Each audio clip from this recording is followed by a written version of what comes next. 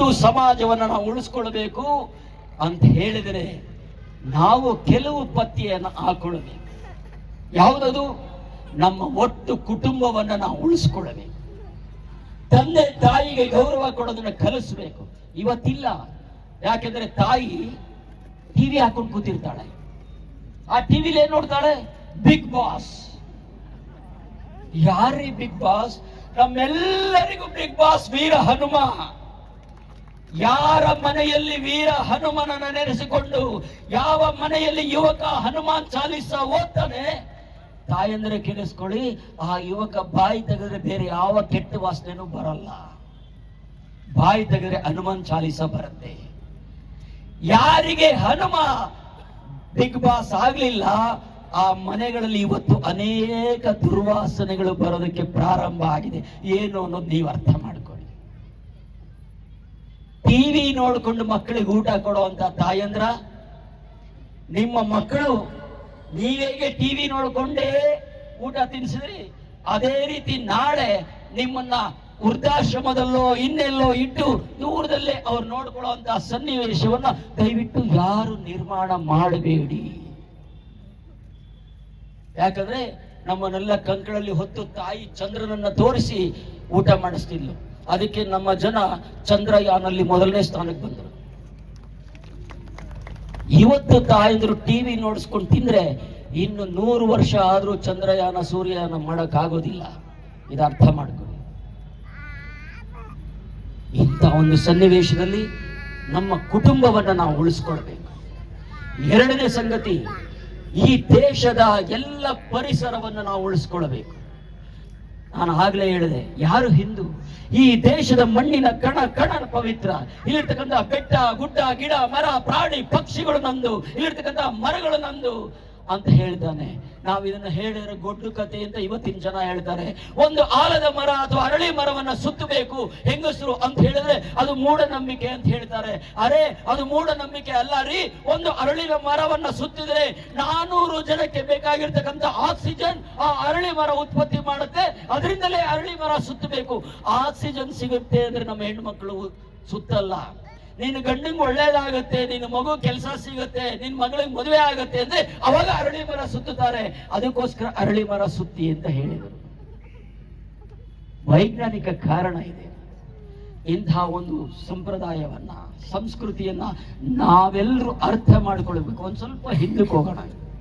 ಯಾಕೆ ಹಿಂದಕ್ಕೆ ಹೋಗೋಣ ಅಂತ ಹೇಳಿದ್ರೆ, ಜರ್ಮನ್ ಅಲ್ಲಿ 10 ಯೂನಿವರ್ಸಿಟಿಗಳಲ್ಲಿ ಸಂಸ್ಕೃತ ಭಾಷೆಯನ್ನ ಇಟ್ಟಿದ್ದಾರೆ.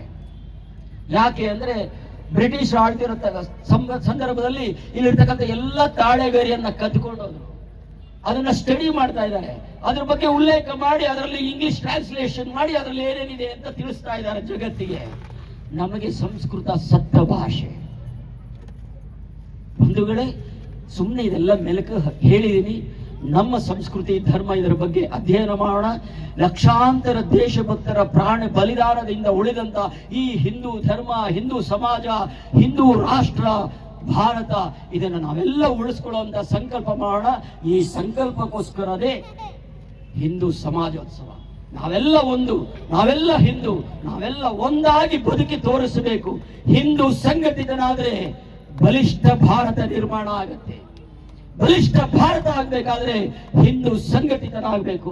ಹಿಂದೂ ಸಂಘಟಿತನಾಗಬೇಕಾದ್ರೆ ಜಾತಿಯನ್ನ ಮನೇಲಿ ಇಟ್ಕೊಳ್ಬೇಕು. ಹೊರಗೆ ಬಂದಾಗ ಎದೆ ತಟ್ಟಿ ಹೇಳಬೇಕು, ನಾನು ಒಬ್ಬ ಹಿಂದೂ. ಗರ್ವದಿಂದ ಗರ್ಜಿಸಿ ನುಡಿ, ನಾನೊಬ್ಬ ಹಿಂದೂ. ಸ್ವಾಮಿ ವಿವೇಕಾನಂದರು ಹೇಳಿದ್ದಾರೆ, ಹಿಂದೂ ಎಂದ ತಕ್ಷಣ ನಿನ್ನ ಮೈಯಲ್ಲಿ ಶಕ್ತಿಯ ವಿದ್ಯುತ್ ಸಂಚಾರವಾಗಬೇಕು. ಅದಾದಾಗ ಮಾತ್ರ ನೀನೊಬ್ಬ ಹಿಂದೂ. ಆ ಶಕ್ತಿಯ ವಿದ್ಯುತ್ ಸಂಚಾರ ನಮಗಾಗಬೇಕು. ಬಂಧುಗಳೇ, ಆ ಕಾರಣಕ್ಕೆ ನೀವೆಲ್ಲರೂ ಒಂದು ಘೋಷಣೆಯನ್ನು ಹಾಕಬೇಕು. 2 ಕೈಗಳನ್ನ ಎತ್ತಿ ಘೋಷಣೆ ಹಾಕಬೇಕು ಅಂತ ವಿನಂತಿ ಮಾಡಿಕೊಳ್ತೀನಿ. ತಾಯಂದ್ರು ವ್ಯಾನಿಟಿ ಬ್ಯಾಗು ಪರ್ಸು ಇಟ್ಕೊಂಡಿದ್ರೆ ಸ್ವಲ್ಪ ಪಕ್ಕಕ್ಕಿಡಿ. ಮಕ್ಕಳು ಕೂಡ ಘೋಷಣೆ ಹಾಕಬೇಕು. ಎಲ್ಲ ದೇಶಭಕ್ತರಿಗೆ ಇದರಿಂದ ಸಂತೋಷ ಆಗುತ್ತೆ. ಭಾರತ ಮಾತೆ ನಗುಮುಖದಿಂದ ನಮಗೆ ಆಶೀರ್ವಾದ ಮಾಡ್ತಾಳೆ. 64 ಶಕ್ತಿ ಪೀಠಗಳಿರ್ತಕ್ಕಂತಹ ಶಕ್ತಿ ದೇವತೆ ನಮ್ಮ ತೋಳಲ್ಲಿ, ನಮ್ಮ ಆತ್ಮದಲ್ಲಿ ಶಕ್ತಿ ತುಂಬುತ್ತಾಳೆ. 12 ಜ್ಯೋತಿರ್ಲಿಂಗಗಳಲ್ಲಿರ್ತಕ್ಕಂತಹ ಸಾಕ್ಷಾತ್ ಪರಮೇಶ್ವರ ನಮ್ಮೆಲ್ಲರಿಗೂ ಆಶೀರ್ವದಿಸ್ತಾನೆ. ಇದೆಲ್ಲದ ಕೃಪೆಯಲ್ಲಿ ನಾವು ಈ ದೇಶವನ್ನ ಜಗತ್ತೇ ನಮ್ಮ ಹಿಂದೆ ಬರೋ ರೀತಿಯಲ್ಲಿ ಗುರು ಸ್ವರೂಪಿಯಾಗಿ ಜಗಜ್ಜನನಿಯಾಗಿ ಭಾರತ ಮಾಡ ದಿಮಾಕಿನಂದಲ್ಲ, ಇಡೀ ಜಗತ್ತು ಚೆನ್ನಾಗಿರೋದಕ್ಕೆ, ಇಡೀ ಜಗತ್ತು ಶಾಂತಿಯಾಗಿರೋದಕ್ಕೆ, ಇಡೀ ಜಗತ್ತು ನೆಮ್ಮದಿಯಾಗಿರೋದಕ್ಕೆ ಈ ಕಾರಣಕ್ಕೆ ನಮ್ಮ ಸುಪ್ರಭಾತದಲ್ಲಿ ಹೇಳುತ್ತೆ, ಕೌಸಲ್ಯ ಸುಪ್ರಜಾ ರಾಮ ಹೇಳಬೇಕಾದ್ರೆ ತ್ರೈಲೋಕ್ಯಂ ಮಂಗಳಂ ಕುರು. ಅರೆ ಆ ಸುಪ್ರಭಾತ ಬರಿಬೇಕಾದ್ರೆ ಇವತ್ತಿನವರೆಗೆ ಒಂದೇ ಲೋಕ ನಾವು ನೋಡಿರೋದು, ಭೂಲೋಕ. ಇನ್ನು ಮೂರು ಲೋಕ ಯಾವುದು ಅಂದ್ರೆ ನಾಳೆ ವಿಜ್ಞಾನಿಗಳು ಇನ್ಯಾವುದಾದ್ರೂ ಲೋಕ ಕಂಡಿಡಿದ್ರೆ, ಕೆಳಗೆ ಒಂದು ಲೋಕ ಪಾತಾಳವನ್ನು ಕಂಡಿಡಿದ್ರೆ, ಅದಕ್ಕೆ ಮೊದಲೇ ಸುಪ್ರಭಾತದಲ್ಲಿ ಸೇರಿಸಿದ್ದಾರೆ ನಮ್ಮ ಜನ ಮೂರು ಲೋಕಕ್ಕೆ ಒಳ್ಳೆಯದಾಗಲಿ.